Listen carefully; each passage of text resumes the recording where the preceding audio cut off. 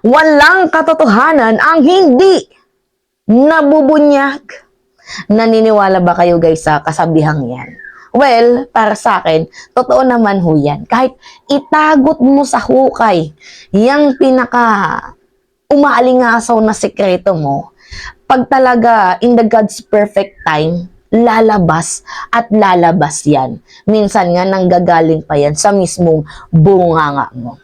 So anyway, ukol pa rin itong ating pag-uusapan sa pagpasok ho ng ICC, planong pagpasok, pinag-aaralan ho ang planong pagpasok ng ICC muli sa bansang Pilipinas.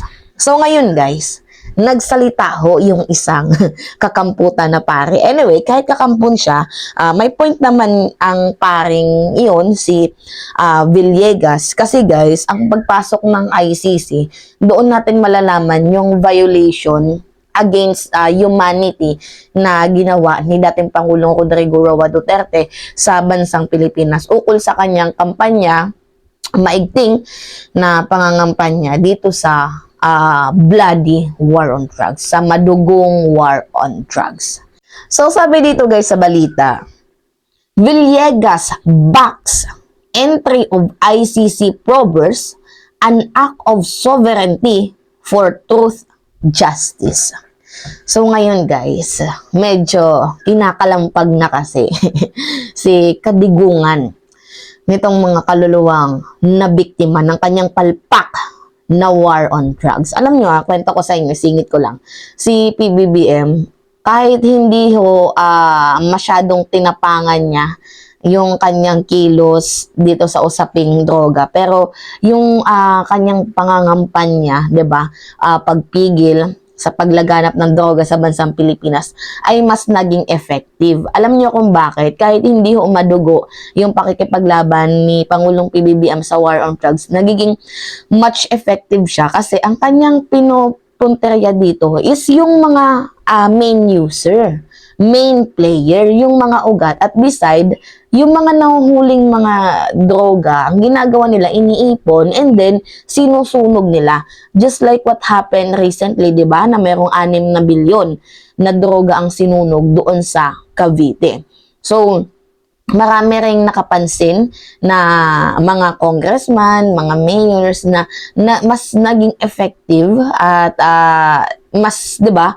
Alam niyo 'yun, mas napaigting, mas nabawasan yung crime dito sa war on drugs ni Pangulong PBBM. Is that because hindi niya ginagamitan ng 'di ba? Hindi niya ginagamitan ng dahas. Bagkus ang kanyang ginagawa dito is sinusunog yung mga droga kasi it is a losses na sa mga gumagamit, and they will not recover kapag ito ay nasunog na. So very effective ho yung pangangampanya, yung strategy ni Pangulong PBBM when it terms to sa war on drugs. So anyway, hindi katulad dito kay Rodrigo Roa Duterte na talagang grabe, bloody war on drugs yung kanyang ginawa. Grabe. Kahit mga biktima, 16 years old, mga natitegi nang wala sa oras. Siyempre, sabi niya, inutos niya, sige, patayin niyo yan. Inutos niya sa mga pulis. Eh di yung mga pulis na to, kahit wala namang, yung iba dyan napapansin ko merong kinalaman ang ginagawa nila,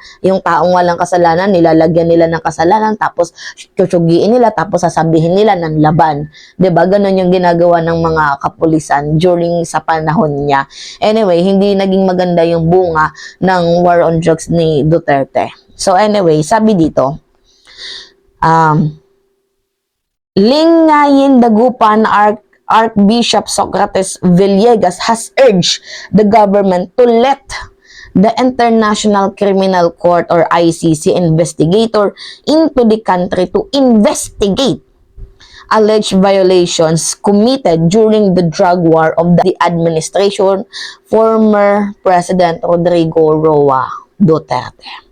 So, naging matibay din kasi para sa akin guys yung admittance ni Pangulong Rodrigo Roa Duterte doon sa interview sa kanya sa SMNI, na kung saan yung pag-amin niya na ginagamit niya yung intelligence funds, confidential funds sa pagpatay ng tao without due process. So, isa yun sa pinaka matibay na ebidensya na coming from the horse's mouth 'di ba, na maipapakita, serve as biggest evidence dito sa International Criminal Court. So, as the further investigation going through, so, merong malakas na ebidensya ang kalaban niya, ang kampo niya. Well, ano pa ba yung tawag natin sa kila Trillanes, diba? Kalaban, hindi Trillanes. But, syempre, kasama na kasi dito yung usaping buhay na nadamay eh. Yung mga seeking for the justice and truth.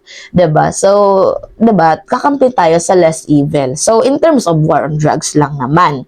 So, anyway, sabi pa dito, napanood nyo naman ata yun guys, no? Yung kanyang pag-amin.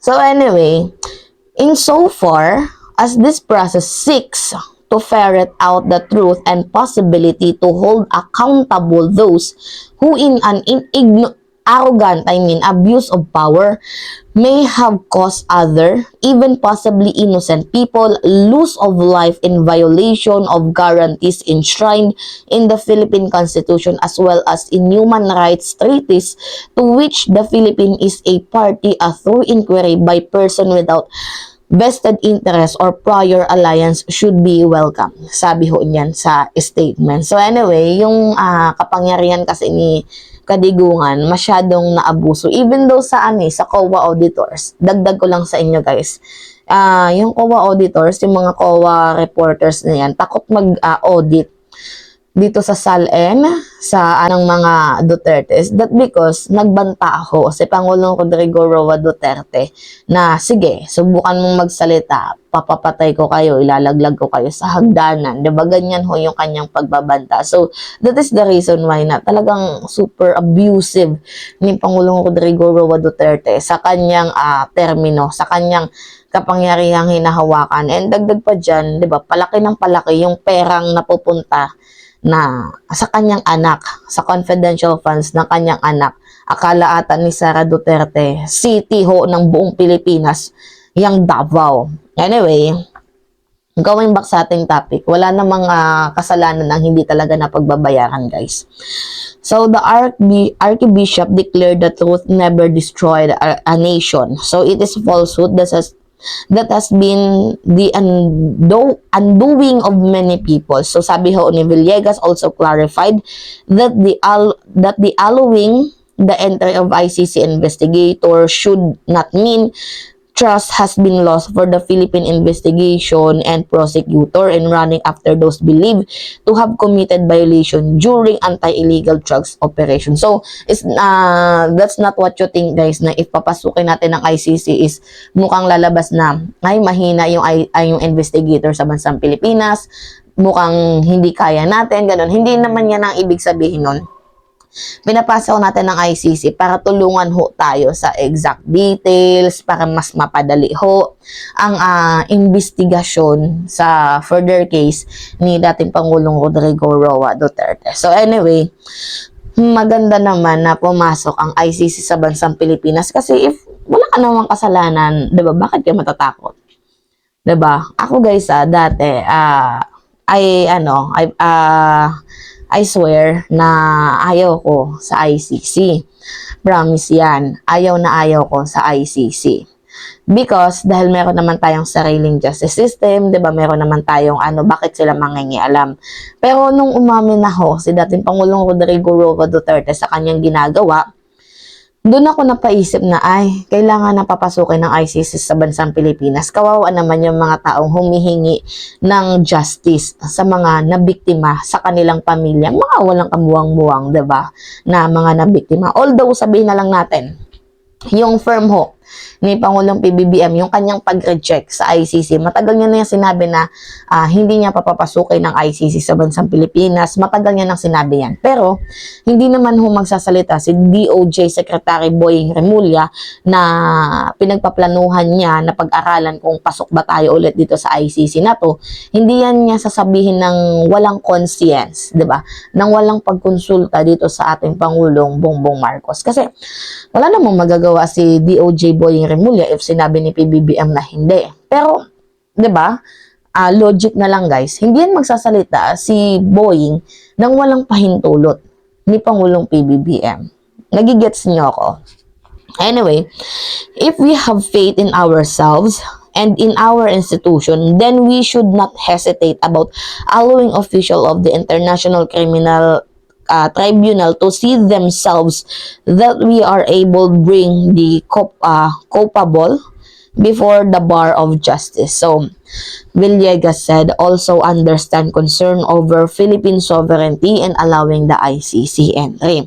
However, allowing the investigator and fact finders in can and should be an act of sovereignty, a choice as a people freely make for the sake of truth and to vindicate those who may have lost their lives denied by processes of the law that every democracy guarantees both to the citizen and foreigners alike. So anyway, although may nakasuhan naman ang mga pulis sa panahon ni Pangulong Rodrigo Roa Duterte, pero it is not enough sa lahat ng kaso. Kasi aminado naman din ako na may mga pulis talagang nilagay nila sa kanilang kamay ang batas. So, kaya nga meron sila mga inosenteng napatay, 'di ba? Pero anyway, 'di ba, kagaya ng sinabi ko, meron din naman mga pulis na nakasuhan, pero it is not enough para sa akin na ayun lang, justice na 'yon. Hindi. Kailangan managot ang dapat managot dito. So anyway, yun lamang ho guys. At it's me again, si Mima Alicia at nagbabalik ulit para sa ating panibagong video.